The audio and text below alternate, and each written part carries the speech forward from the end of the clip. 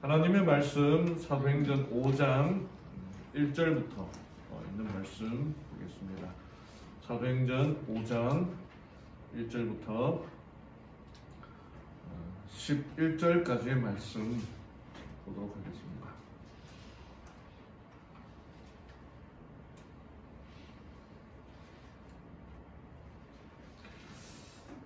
신약성경 194쪽입니다. 신약성경 5번째 책의 5번째 장입니다.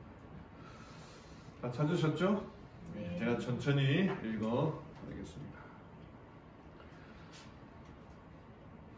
그러나 아나니아라 하는 어떤 사람이 자기 아내 삽비라와 함께 소유 하나를 팔아 그 값에서 얼마를 감추었는데 그의 아내도 이 일에 은밀히 관여하였더라. 그가 일부만 가져다가 사도들의 발 앞에 두거늘 베드로가 이르되 아나니아야 어찌 사탄이 내 마음에 가득하여 내가 성령님께 거짓말을 하고 땅값의 얼마를 감추었느냐. 땅이 남아 있었을 때에 내 것이 아니었느냐. 그것을 판 뒤에도 내 마음대로 할 수 있지 아니하였느냐. 내가 어찌하여 이 일을 내 마음속에 품었느냐. 내가 사람에게 거짓말하지 아니하고 하나님께 하였도다 하니 아나니아가 이 말을 듣고 쓰러져 숨을 거두매 이 일들을 들은 모든 사람들에게 큰 두려움이 임하더라. 젊은 사람들이 일어나 그를 싸서 들고 나가 묻으니라. 3시간쯤 시간이 지난 데에 그의 아내가 일어난 일을 알지 못하고 들어오매 베드로가 그녀에게 응답하여 이르되 내게 말하라. 너희가 그 땅을 그 값에 팔았느냐 하니 그녀가 이르되 예, 그 값이니이다 하거늘 이에 베드로가 그녀에게 이르되 어찌하여 너희가 서로 합의해서 주의 영을 시험하려 하느냐. 보라, 내 남편을 묻은 사람들의 발이 문 앞에 이르렀은즉 또한 너를 메고 나가리라 하니 이에 곧 그녀가 베드로의 발 앞에 쓰러져 숨을 거두니라. 젊은 사람들이 들어와 그녀가 죽은 것을 보고 그녀를 들고 나가서 그녀의 남편 곁에 묻으니 온 교회와 이 일들을 들은 모든 사람들에게 큰 두려움이 임하더라.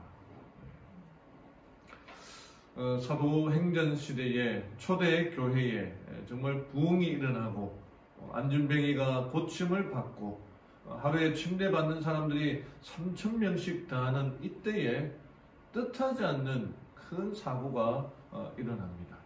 어떻게 보면은 막 분위기가 이제 부흥하고 막 성도들이 막 넘치러 가는 그때에 일어난 정말 이 어떻게 보면은 이해할 수 없고 이해하기 어려운 이 사건이 왜 일어났을까?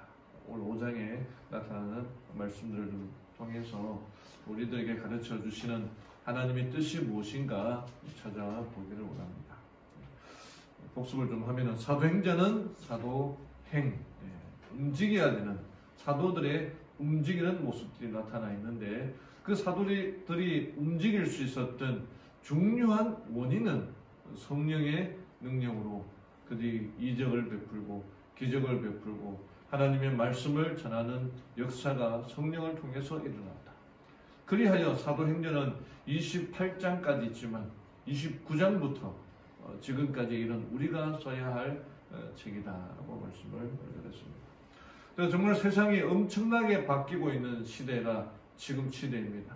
일상으로의 회복은 이제 꿈도 꾸지 못하고 새로운 세계가 지금 전개되고 있습니다. 제가 서울에서 대학 다닐 때만 해도 그때 이제 생각에 내가 나눔을 좀 실천해야겠다 해서 지하철을 타거나 할 때 이 구글 하는 사람들을 보면은 내 주머니에 있는 잔돈이 있으면 그들에게 다 나눠주고 또 잔돈이 없으면 현금을 해서 뭐 많진 않지만 뭐 이렇게 나눠줘야겠다 그렇게 생각을 했었습니다. 그러다가 이제 지방에 내려오니까 지하철 탈 일도 없고 구걸하는 분들을 본 적이 없는데 요즘 이 거지들이 이 하루 매출액이 뚝뚝 떨어지고 있다고 합니다. 왜 그런가? 사람들이 현금을 들고 다니지 않는다. 그래서 중국에는 이 어떤 이제 거지라들이 생겨났냐면은 뉴스를 보니까 사람들이 현금을 들고 다니지 않으니까 구글을 할 때에 QR 코드라고 있죠. 보이시나 모르겠네요. 여기 보면은 구글 그 깡통에 이렇게 QR 코드라고 이렇게 우리가 스마트폰을 다 들고 다니잖아요. 그래서 우리가 여러분 들어오실 때 이제 QR 전자 출입 명부 찍는 것처럼 이렇게 딱 찍으면은 이제 들어왔다고 하는 것처럼 이 구글하는 거지들이 보면은 옆에다가 이렇게 그 QR 코드를 찍어놓고 여기서 구글하면서 한 푼만 주십시오. QR 코드로도 결제할 수 있습니다. 이렇게 하고 있다는 것입니다. 정말 이 중국에서는 지금 이 QR 코드가 이렇게 결제하는 게 아주 급속도로 늘어나고 있다고 하는데 거지들도 살아남기 위하여 변화하고 있다는 겁니다. 뭐 좀 더 이 세상이 더 되면은 우리가 헌금할 때도 헌금함을 돌리는 헌금함을 돌리는 게 아니라 헌금함 앞에다가 QR 코드를 이렇게 붙여가지고 그렇게 해야 될 시대가 오지 않는가 하게 됩니다. 정말 세상에 변화하고 있는 이 시대에 변치 않는 게 하나 있는데 하나님의 말씀을 전하는 일에 성령의 능력이 필요하다는 겁니다. 뭐 세상이 변했다고 해서 성령의 능력 외에 다른 능력이 있느냐? 절대로 그렇지 않습니다. 정말 세상의 마지막이 가까울수록 성령의 능력을 간절히 구해야 되는 겁니다. 설날 미국 시간으로 2월 12일 새벽 6시에 미국 텍사스주에서 아주 큰 사고가 있었는데 이 고속도로에서 차량이 133대가 연쇄 충돌하는 사고가 있었습니다.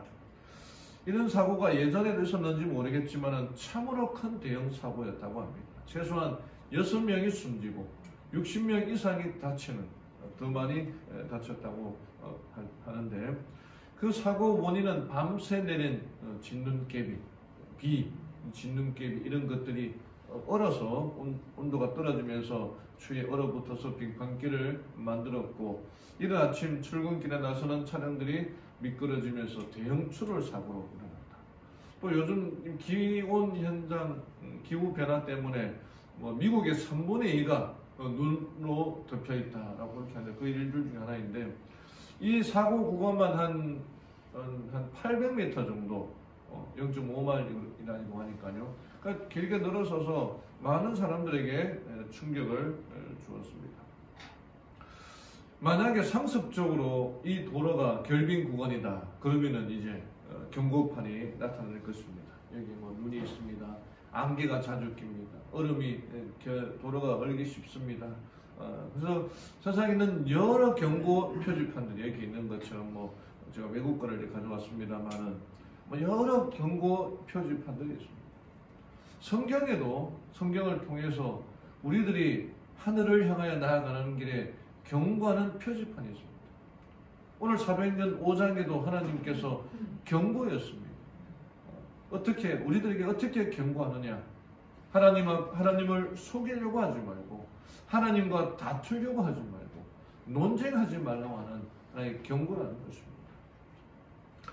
미국에서 일어난 일입니다. 고등학생 4명이 연휴를 맞이하여 해변으로 여행을 갔습니다. 미국은 고등학교 1학년 때부터 운전을 할 수가 있거든요. 면허를 딸 수 있고. 재밌게 놀다 보니까 연휴 기간이 다 끝났습니다.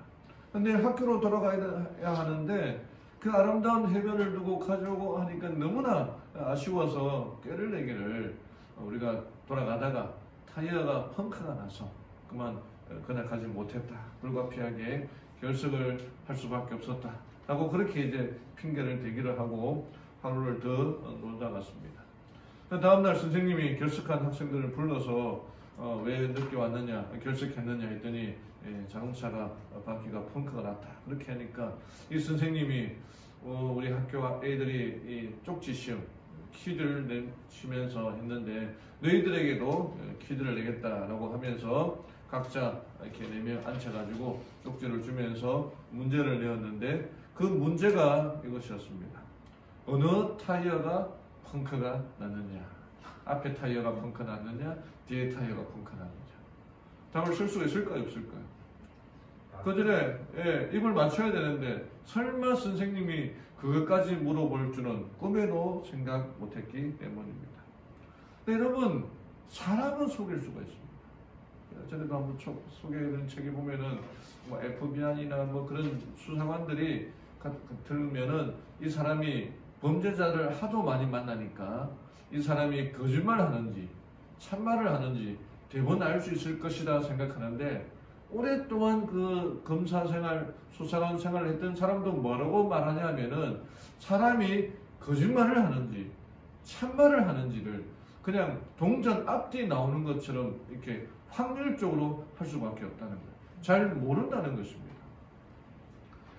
오늘 본문에 보면은요, 사람이 아니라 사람을 속이려고 하는 것이 아니라 하나님을 속이려고 하는 사람이 있었습니다. 바로 아나니아와 삽비라라고 하는 사람입니다. 근데 이 아나니아와 삽비라의 이 사람의 이름은 이름의 뜻은 너무나 좋았습니다. 아나니아는 하나님은 은혜로우시다, 하나냐라고 하는 그런 의미가 있고, 삽비라는 사파이어라고 그러죠. 보석의 이름, 아름다운 이름, 정말 그런 아름다운 이름을 가진 이 두 부부가 하나님을 속이는 사건입니다. 왜 그들이 죽을 수밖에 없었을까? 오늘 말씀의 제목은 성령에 순응하라. 초대교회는 성령을 간절히 구하는 사람들이었습니다. 하나님의 약속을 듣고 오순절 때에 성령을 선물로 받았고, 그 성령의 능력으로 정말 이 복음 전도하는데 하나님의 나라가 흥황하게 되고, 성령의 능력으로 제자들이 사람들을 치유하고 안진뱅이를 일어나게 하는, 40년 가까이 안진뱅이로 일어서지 걷지 못했던 사람을 치유하게 됐고, 또 오늘 5장에 보면 이 사건 이후에 그 베드로와 그 제자들이 능력이 막 일어나니까 걸어가다가 사람들이, 병자들이 와서 고침을 받으려고 하는데 하다못해 베드로가 지나가는 그 그림자만이라도 덮일까는 그런 마음으로 하는 그때였습니다. 정말 능력이 있는 시대였습니다. 그런 그때에 아나니와 삽비라가 이 두 부부, 헌신하려고 하는 그 두 부부의 왜 그 죽게 되는 사건이 일어났는데 왜 그렇게 하였을까? 막 그런 일들이 일어나면은 교회 다니는데 무서워서 어떻게 교회를 다니겠습니까? 그런 말이 있을 텐데 왜 그러한 일이 일어나게 되었을까? 아나니아가 실수하고 삽비라가 실패한 이유가 무엇일까? 왜 하나님은 그들을 죽게 하셨을까? 오늘 이 본문의 말씀을 통해서 하나님께서 우리들에게 경고하시는 내용이 무엇인지 살펴보기를 원합니다. 첫 번째로 우리가 배워야 할 것은 성령을 마음에 품으라고 하는 것입니다. 1절에 그러나 아나니아라는 어떤 사람이 자기 아내 삽비라와 함께 소유를 팔아 그 값에서 얼마를 감추었는데 그의 아내도 이 일에 은밀히 관여하였다. 그가 일부만 가져다가 사도들의 발 앞에 두고는 베드로가 이르되 아나니아야, 어찌 사탄이 내 마음에 가득하여 내가 성령님께 거짓말하고 땅값의 얼마를 감추었느냐. 사도행전에 보면요, 이 아나니아와 삽비라는 제자들 오순절 다락방 그 120명 성령 기도회가 있을 때 이 아나니아와 삽비라도 그 자리에 있었습니다. 그리고 성령을 받았던 사람입니다. 그러니까 성령 충만한 사람이었죠. 근데 그들이 성령의 충만함을 받고 감동함을 받고, 그때 이 바나나라고 하는 위로에 사는 바나나 사람이 자기의 재산을 팔아서 가난한 사람들에게 나눠주는 모습을 보고 너무나 큰 감명을 받아서 자기들에게 있는 밭을 팔아서 그것을 가난한 사람들에게 나눠주기 위하여 기증을 하기로 그렇게 하게 됩니다. 근데 그 땅을 팔고 난 다음에 그 금액을 보니까 마음에 좀 어두운 마음이 들어서 자기가 소원한 것을 후회하게 됩니다. 여기 보면은 베드로가 아나니아에게 사탄이 내 마음이 가득하였다. 여러분, 우리가 성령 받으면은 천하무적이 될 것 같죠. 성령 받은 사람이 그다음부터는 죄도 안 지을 것 같고 정말 말씀대로 살 것 같고 기도하면서 늘 성령만 보고 살 것 같죠. 근데 여기 보십시오. 오순절 성령 충만함을 받은 사람 아나니아와 삽비라조차도 그의 마음에 성령의 마음이 사라지면은 사탄이 그 마음에 들어오게 된다는 것입니다. 그러니까 우리가 성령을 받는다는 건 한 번에 받는 걸로 그치는 게 아니라 날마다 성령을 강구하고 사모해야 된다는 것입니다. 예수님의 12제자 중에 하나였던 가룟 유다도 마찬가지였습니다. 그의 마음에 예수님의 말씀을 붙들고 살다가 그 예수님 마음을 버리니까 사단이 그의 마음에 들어갔다라고 그렇게 말하고 있는 것입니다. 그때부터는 가룟 유다는 자기의 모든 의지를 잃어버리고 사단의 말에 노임을 받는 사단의 종로를 타게 됩니다. 이게 사도행전 그렇게 설명하고 있는데요. 아나니아와 삽비라는 이 탐욕의 감정을 이기지 못하고 성령을 슬프시게 하였고 자기가 성령 충만함을 받은 그 감동으로 서원했던 그 서원에 대하여 후회했다는 것입니다. 그런데 너무 조급하게 결정했으므로 그들의 결정을 재고해야 한다. 그리고는 땅을 팔아서 그 값의 일부를 감추어 두었고 자기가 쓰기로 그렇게. 그러니까 그들의 마음에 성령이 사라지니까 그 마음이 빈 마음이 되는 게 아니라 사탄이 그 마음에 들어오게 된다는 것입니다. 그리고 3절에서 4절에서 베드로의 말을 보면은요, 내가 어찌하여 이 일을 내 마음속에 품었느냐라고 물어보는데 이것은 그들이 베드로와 사도들을 하나님을 속이고 땅 일부를 감춘 것이 우발적으로 실수로 그렇게 한 것이 아니라 이게 원어의 그 뜻을 보면은 용이 주도하게 계획을 세웠다는 것입니다. 저희 법에 대해서 잘 모르지만 어떤 형법을 보면은 사건이 발생했을 때에 그 일이 우발적이었는가 아니면 의도적이었는가 계획적이었는가 이렇게 살펴본다고 합니다. 하다가 사람을 때렸을 때에 그것이 우발적으로 때렸으면 형벌이 좀 감해지고 고의적으로 계획적으로 주도 면밀하게 그렇게 하였으면 형벌이 더 세진다는 거예요. 그런데 이 아나니아와 삽비라의 그들의 죄는 성령의 음성을 거절하고 고의적으로 계획해서 성령을 속였다고 하는 것입니다. 그러니까 다시 말하자면 끊임없이 성령께서 그들의 마음에 역사하시고 회개하고 돌아오라고 말씀하셨지만 그 말씀을 계속적으로 거절하고 거역하고 끊는 그들의 마음이 단단해져서 더 이상 그 어떤 감동적인 말이 들어와도 회개할 가능성이 전혀 없게 되는 그때가 된 것입니다. 여기에 아나니아에게 공공자산으로 그의 소유를 강제로 희생하도록 한 부당한 압력이 없었습니다. 아무도 그에게 너 재산을 팔아서 교회에 기증하라 말하는 사람이 없었습니다. 아나니아가 스스로 그렇게 선택하였지만 자기의 선택을 그렇게 하고 또 스스로 성령의 음성을 거절하고 결국에는 안 좋은 결과가 되게 되었던 것입니다. 최근에 남쪽의 큰 소리라고 하는 이 책이 이제 시중상에서 나와서 배달이 다 되었는데 여기 교회 뒤편에도 책 있는데 한번 읽어보시기를 권해드립니다. 이분이 최대성 장로님이라고 원래는 최대남이라고 하는 이름이었는데 큰 소리라고 하는 하나님의 말씀을 전하는 큰 소리라는 뜻으로 큰대 소리 성자로서 대성이라는 이름으로 평생을 사셨던 분입니다. 이 남쪽의 큰 소리라는 이 제목으로 SD 36 영어 학원의 최상재 목사님이 자기 할아버지 이야기를 쓴 책인데 참 많은 감동을 받았습니다.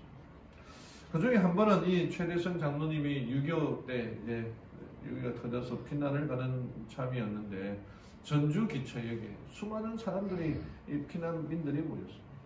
어떻게 하다 보니까 기차를 타게 되었는데 그때 여름이었고 정말 콩나무 시루처럼 사람들이 하도 많이 타서 땀 냄새로 막 찌들는 그런데 또 발 디딜 틈이 없는 그때에 이 장로님이 세 자녀를 이제 낳고 있었는데 아내와 함께 세 자녀를 태우고 기차에 탔습니다.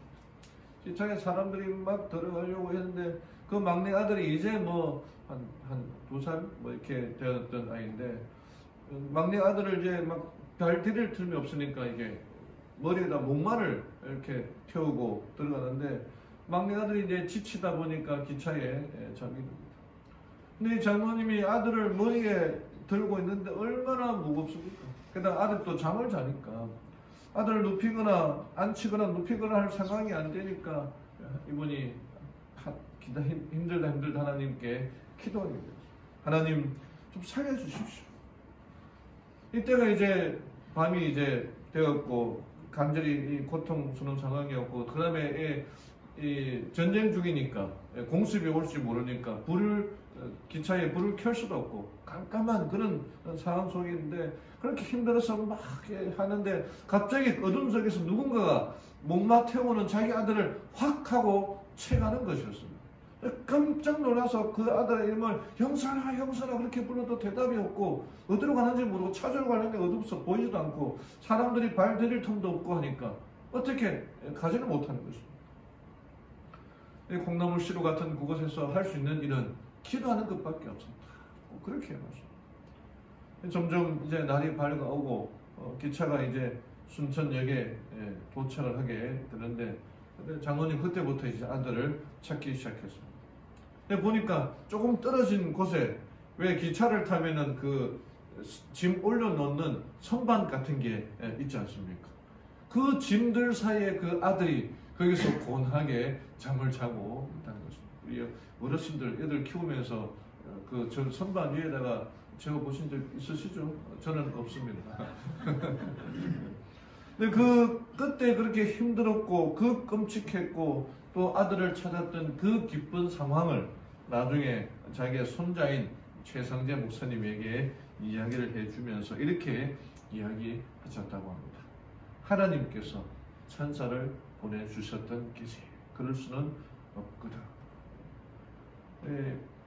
그래 이제 아무리 칠흑 같은 어둠이라도 아침은 오는 것이다. 그리고 언뜻 보이는 하나님의 은혜는 우리로 하여금 다시 살 수 있는 새로운 힘을 주는 것이다.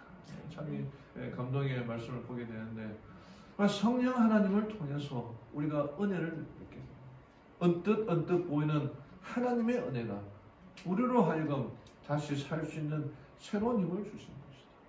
지금도 하나님은 우리들의 마음속에 성령의 음성이 말씀하고 있습니다. 정말 예수님께서 약속하시기를 최고의 것을 주시겠다고 약속하지 않으셨습니까? 그 성령을 간절히 구하고 갈급하고 또 그 성령의 음성에 하나님을 속이려고 하지 말고 그 음성 그대로 받아들이며 살아가는 모든 어머님들 되기를 간절히 바랍니다. 두 번째는 하나님과 성령과 다투지 말라라고 하는 것입니다. 이 아나니아와 삽비라 이제는 하나님과 이 성령의 음성과 다투는 것이었습니다. 삽비라는 하나님의 영을 시험했습니다. 이 말은 의도적으로 고의적으로 죄를 지었다는 겁니다. 이게 3시간쯤 시간이 지난 뒤에 그의 아내가 일어난 일을 알지 못하고 들어오매 베드로가 그녀에게 응답하여 이르되 내게 말하라 너희가 땅을 그 값에 팔았느냐 하니 그녀가 이르되 예 그 값이니이다 하거늘 이에 베드로가 그녀에게 이르되 어찌하여 너희가 서로 합의해서 주의 영을 시험하려 하느냐. 그 뜻이 의도적으로 죄를 범하여 하나님과 다투다는 겁니다. 내 남편을 묻은 사람들의 발에 문 앞에 이르렀은즉 또한 너를 메고 나가라. 그러니까 이 하나님과 논쟁했다는 거죠. 다투었다는 겁니다. 내가 옳니 네가 옳니 성령님이 옳니 내가 옳니 다투었다는 겁니다. 말도 안 되는 이야기죠. 어떻게 하나님과 다툴 수 있습니까? 그러니까 성령 하나님이 자기의 마음에 감동할 때에 그거 아닙니다. 다 다른 게 있습니다. 그렇게 논쟁하면서 다투었다는 것입니다. 하나님께서는 이 사도행전에 보면은 아나니아와 삽비라에게 수없이도 많은 기회를 주셨고 경고를 주셨습니다. 근데 그거를 자꾸 논쟁하면서 다투면서 거절한 것이죠. 그 결과 그의 마음에 그 수많은 기회들, 그 경고들을 받아들이지 못하고 그의 마음이 정말 딱딱해졌다. 과인 맞은 양심이라고 그러는데 더 이상 그 어떤 좋은 말이 들어와도 반응하지 않는 그런 마음으로 바뀌게 되는 것입니다. 자신의 마음속에 끊임없이 일어나는 성령의 음성을 굴복하고 따라가는 것이 아니라 성령이 틀리고 내가 맞았다라고 얘기하는 거예요. 여기에 8절에 베드로가 그에게 응답하여 이르되 내게 말하라 너희가 그 땅을 그 값에 팔았느냐 하니 그녀가 이르되 그의 답이 예 그 값입니다. 정말 성령의 음성에 만약 이때에 베드로의 말에 이 삽비라가 아닙니다. 잘못했습니다. 사실이 아닙니다. 라고 말했으면 그들의 운명이 어떻게 달라졌는지 모릅니다. 그러나 그 끝까지 그의 마음이 하나님의 말씀에 문 닫혀 있었기 때문에 더 이상 그에게는 기회가 없었다는 것입니다. 이 프랑크 로박이라고 하는 이 필리핀 선교사로 오랫동안 선교사로 봉사했던 이 분이 있습니다. 이분이 그 선교사 일하면서 자기가 선교사인데 이 하나님에 대해서 생각하지 않고 그냥 선교사답게 살아가는 자기 모습에 좀 이렇게 느껴서 어떻게 하면 하나님과 동행할 수 있을까라고 하는 그 생각에 영성 일기를 6개월 동안 일기를 썼는데 그거를 책으로 낸 것인데 하나님과 동행하고자 하는 그러니까 24시간을 하나님만 생각하려고 하는 그런 일기인 겁니다. 근데 이 일기를 이제 유기성 목사라고 하는 분이 있는데 이분이 그 책을 읽고 감동을 받아서 이분도 이제 쓴 책이 이제 영성일기라는 책을 쓰게 됩니다. 영성에 대해서 1시간 기도하는 법, 그 다음에 여러 가지 이제 주로 영성, 물론 제자 훈련과 영성 훈련에 관심이 많은 목사님이신데 이분이 이제 그 편지를 읽고 나서 영성일기를 시작했는데 성경을 읽고 기도할 때만 하나님에 대해 생각하는 것이 아니라 사람을 만나서 이야기할 때 예수님을 생각하는 실험을 하게 되었습니다. 그런데 일이나 사람 때문에 잠시만 예수님을 생각하지 않으면 걱정이 많아진다는 겁니다. 그러니까 걱정은 하려고 하지 않아도 생각 속에서 자리를 잘 잡는다는 것입니다. 그러면서 이 실험을 하면서 중요한 사실 하나 깨달았는데 자기가 지금까지 생각을 지키지 않고 쉽게 풀어놓고 살았구나 하는 결론을 하게 됩니다. 그러니까 생각을 지킬 생각이 없었고 그냥 생각하는 대로 그냥 이렇게 막 내버려 두었다는 거죠. 그러면서 이 예수님과 동행하려고 했던 그 책의 이제 그 결론들이 걱정을 하지 않게 되었다는 거예요. 예수님에 대해서 생각하지 않으니까 걱정을 막 하게 되었는데 예수님에 대해서 계속 생각하고 그분과 동행하려고 하다 보니까 걱정을 하지 않게 되었고 그 다음에 버리기 원했던 나쁜 습관들 뭐 중독 그런 거 있죠. 그것들이 반복되지 않았고 세 번째가 삶이 간절해졌다는 것입니다. 그의 마음이 그렇게 바뀌게 되었다.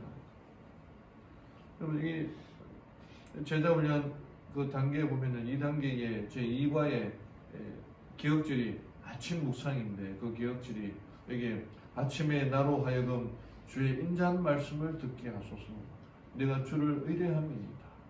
내가 다닐 길을 알게 하소서. 내가 내 영혼을 주께 드림이니이다. 제가 이 말씀을 준비하고 그 다음에 이제 관계되는 그림을 찾다 보니까 참 재밌는 그림을 보게 되는데 이 그림 보시는 것처럼 어떻게 되겠습니까? 네, 성경에 이렇게 꽂고 이렇게 이어폰을 연결한 거죠. 하나님의 말씀을 듣기를 원한다. 아침에 나로 말씀을 듣고 그 다음에 내가 다닐 길을 가르쳐 주십시오. 내가 내 마음대로 걸어가는 것이 아니라 그 길을 하나님 가르쳐 주십시오. 내가 주를 의뢰하고 내 영혼을 주께 드리겠습니다. 이 약속의 말씀을 붙들고 살아가야 된다는 거죠. 여기에 들어야 할 소리는 시가 있습니다. 들리는 소리는 많지만 들어야 할 소리를 듣고 싶다. 나를 채우는 소리, 욕망을 채우는 소리를 비워내고 예수로 채우고 싶다. 내 마음에 비어 있으면 그 빈 마음에 예수님이 들어오는 게 아니라 사탄이 들어오게 되는 거죠. 예수님을 성령을 내 마음에 모셔야 된다는 거예요. 그 성령을 모시다가 잠깐 생각을 하면은 사탄이 들어온다. 하다못해 오순절 성령 역사를 경험했던 아나니아와 삽비라조차도 성령을 받았지만 잠깐 비어 생각을 놓았을 때에 그의 마음에 사탄이 들어왔다는 것입니다. 16세기 도미니칸 수도에 속했던 평신도 로렌스 형제가 이렇게 고백을 했습니다. 당신이 식사할 때든지 친구들과 함께 있을 때라도 당신의 마음을 하나님께 향하게 하라. 잠깐 하나님을 기억하는 것도 하나님께서 받으시기에 충분히 아름다운 것이다. 당신은 크게 외칠 필요가 없다. 하나님은 우리 생각보다 더 가까이 우리와 함께 계신다. 지난 시간부터 정오의 기도 시간 이렇게 카톡에 글을 보내기 시작했지 않습니까? 그 문자와 카톡을 딱 12시에 보내려고 하다가 그냥 이 전후로 해서 보내드리면은 그걸 보고 잠깐이라도 삶에 정말 분주함을 멈추고 하늘 한번 쳐다보고 심호흡하는 것처럼 심호흡하고 여러분 제 있는 자리에서 기도의 시간을 갖기를 원합니다. 또 여러분 우리 한동희 집사님이 아침에 이렇게 말씀을 올리지 않습니까? 그 말씀을 올리는 거를 그냥 말씀 올렸구나 라고 하고 끝나는 게 아니라 한번 보시고 들어보시고 그 들어본 그 말씀을 자기의 느낀 점 또는 짧게 간증을 이렇게 생각나는 것들을 적어서 올리는 것도 되게 대단히 좋은 방법이라 생각합니다. 휴대폰이 나 이런 첨단 기기들이 어떻게 보면 하나님을 더 멀리 떠나게 할 수 있지만 그럼에도 불구하고 하나님과 더 가까이 갈 수 있는 좋은 기회라고 생각합니다. 정말 하나님의 말씀을 늘 묵상하고 살아가도록 더 이상 내 마음에 다른 사탄이 들어오지 못하도록 사탄의 생각이 들어오지 못하도록 하나님의 말씀으로 늘 가득 채워 살아가는 우리 성도님들 되기를 바랍니다. 마지막으로 성령을 기만하지 말고 순응하라 라고 합니다. 이 사건이 일어난 이후에 이렇게 설명합니다. 아나니아가 이 말을 듣고 쓰러져 숨을 거두매 이 일들을 들은 모든 사람들에게 큰 두려움이 임하더라. 온 교회와 이 일들을 들은 모든 사람들에게 큰 두려움이 임하더라. 사람들이 다 두려워했다는 것입니다. 이 말에 대해서 이 심판으로 사람이 하나님을 속일 수 없으며 또 하나님께서 마음에 감추어진 죄악을 찾아내시는 분으로 만홀히 여김을 받지 않으심이 증명되었다. 이것은 그들로 허위와 위선을 피하고 하나님의 것을 도둑질하지 않도록 주의하라고 교회에게 주신 한 경고였다.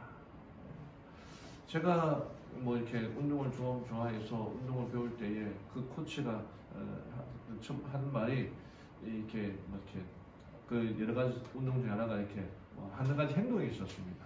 근데 그 행동을 저보고 하라는 거예요. 근데 대단히 귀찮았어요. 그거 하는가? 그거 별거 아닌데 왜 그걸 하라고 하는가 싶었는데 이제 그 TV를 통해서 유명한 선수들이 하는 플레이를 봤는데 그 코치가 했던 말을 그 사람들이 하고 있더라고요.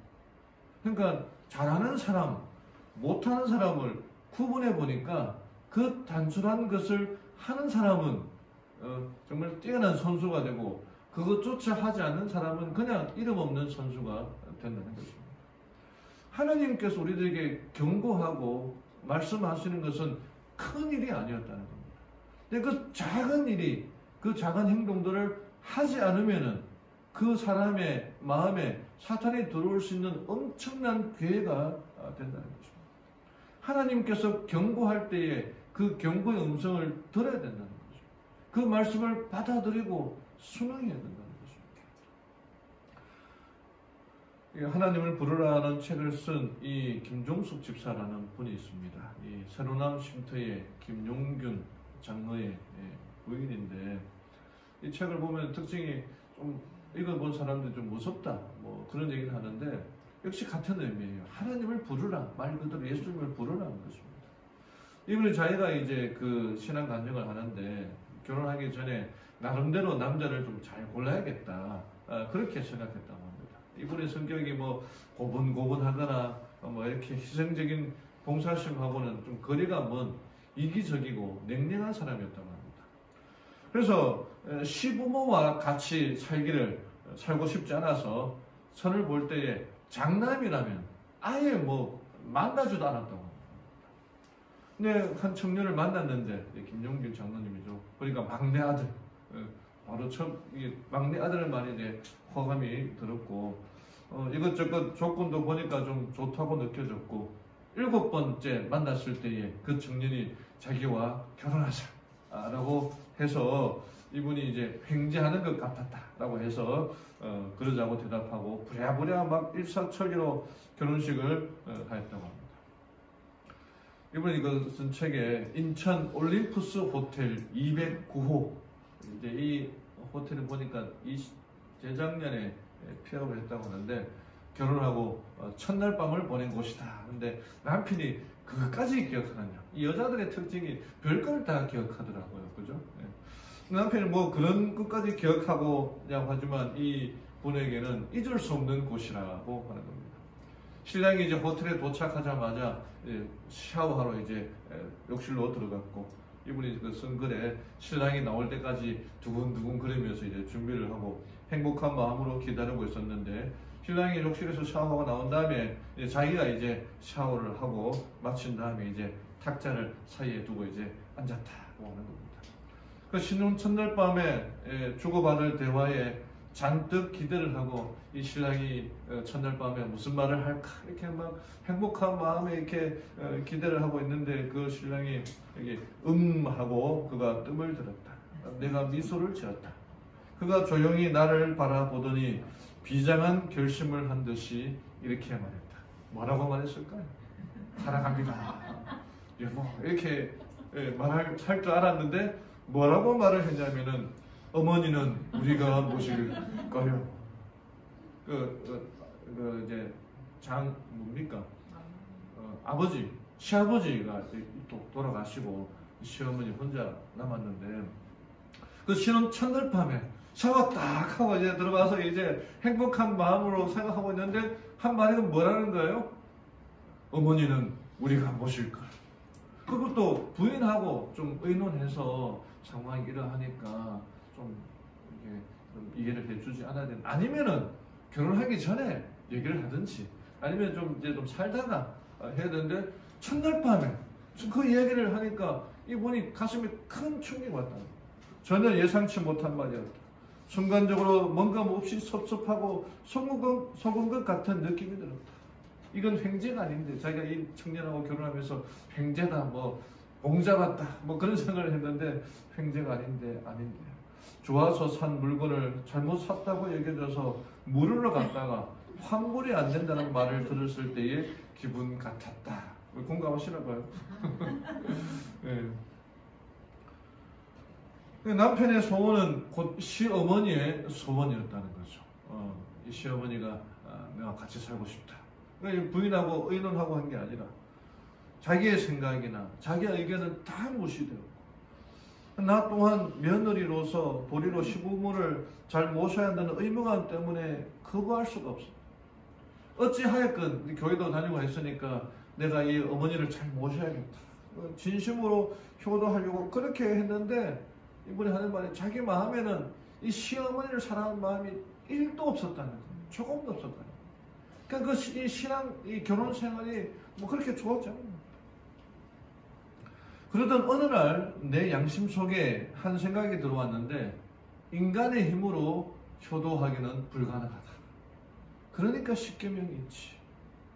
찰나적으로 이건 하나님의 음성이다. 지금 예수님이 내게 말씀하시는 것이다 라고 하는 그 생각이 떠오르더라는 겁니다. 그것을 아는 순간 내 어깨 위에 짐이 내려지는 것 같다. 시어머니에 대한 좋지 않은 기억이 떠오르면 만사가 다 귀찮아졌다. 근데 이 기억이 떠오를 때가 곧 하나님을 부를 때이다. 즉시 예수님을 부릅니다. 그러니까 이분도 같은 신앙생활하고 이 김용균 장로가 우리 교회에서 유명한 분이거든요. 이 요양원 같은 운영하면서 정말 뭐 이적을 경험하고 기적을 경험하는. 근데 그 부인이 그 일을 계속하면서 받았던 스트레스가 보통 아니었다는 것입니다. 그 시어머니 때문에, 그 시어머니 생각만 해도 그냥 짜증이 나고 그냥 뭐 만사가 다 귀찮아졌다는 거예요.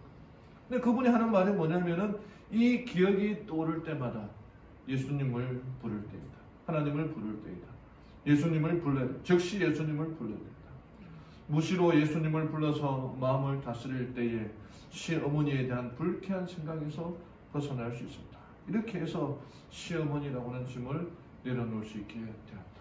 그냥 신앙생활 하면서 끊임없이 그 시어머니 그의 어떤 짐이었고 가시였나고. 여기 하나의 그 에피소드가 있는데 그 시어머니를 모시고 이제 급히 이제 예식장을 향해서 이제 차를 타고 운전해 가는데 차가 속도를 내고 달리고 있는데 갑자기 뒷좌석에 타는 그 어머니가 아이고 안경을 두고 왔어. 그렇게 얘기하는 겁니다. 그 남편이 난감해하면서 어떻게 하시? 그러니까 이 집사님이 늦었는데 결혼식장에 준비하다 보다 늦잖아요. 늦었는데 그냥 갔다 오면 안 될까요? 이렇게 말했는데 자기의 마음이 불편해지더라는 겁니다. 그럴 때에 하나님의 음성이 들렸다는 것입니다.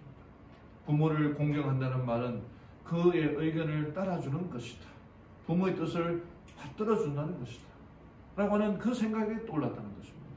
그 마음속으로 고개를 끄덕여서 그 음성을 받아들여야겠다. 남편이 얘기하고 즉시 이제 차를 돌려서 집으로 갔고 집 앞에 차가 멈추다 이분이 뛰어가서 안경을 가져와 침대 위에 놓이는 안경을 집어서 가져오니까 그 시어머니가 한박 웃음을 짓는 모습을 보자 자기의 마음이 편해졌다는 것입니다. 이렇게 말합니다. 예수님과 잠깐만 관계가 끊어져도 나는 금방 마음의 평안이 사라진다. 그리고 시어머니가 짐스럽게 느껴진다. 첫날 밤에 내 어깨 위에 얹힌 책임을 나 홀로는 도저히 감당할 수가 없다. 30년이 더 지난 지금도 주님께서 감당할 힘을 주셔야만 묵묵히 감내할 수 있다. 이 우리가 성령으로 살아간다는 건요. 한번 성령 딱 받고 그걸로 쭉 살아간다는 게 아니에요. 성령을 매일매일 우리가 경험해야 된다는 거예요. 잠깐 딴 생각하면 그 마음에 사탄이 들어온다는 거예요. 여러분 아냐니아와 삽비라 정말 그 성령을 우리도 경험해 보지 못한 오순절 성령의 역사를 경험한 사람이었습니다. 그런 사람들조차도 잠깐 하나님의 말씀을 놓았을 때 사탄이 그의 마음에 들어오면서 엄청난 사건들이 일어나지 않았습니까?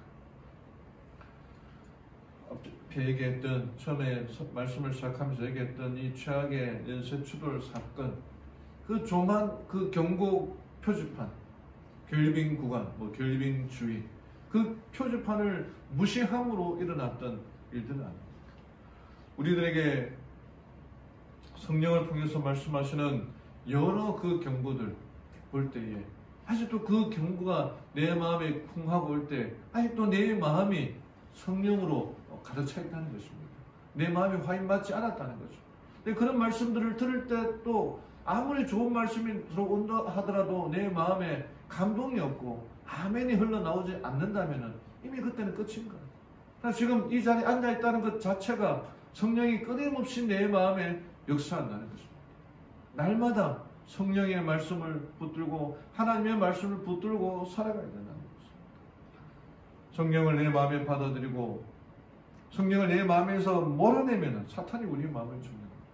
성령을 마음에 받아들이기 바랍니다. 성령과 다투지 말죠. 논쟁하지 말죠. 변명하지 말고 내 마음을 하나님께 드리기를 바랍니다.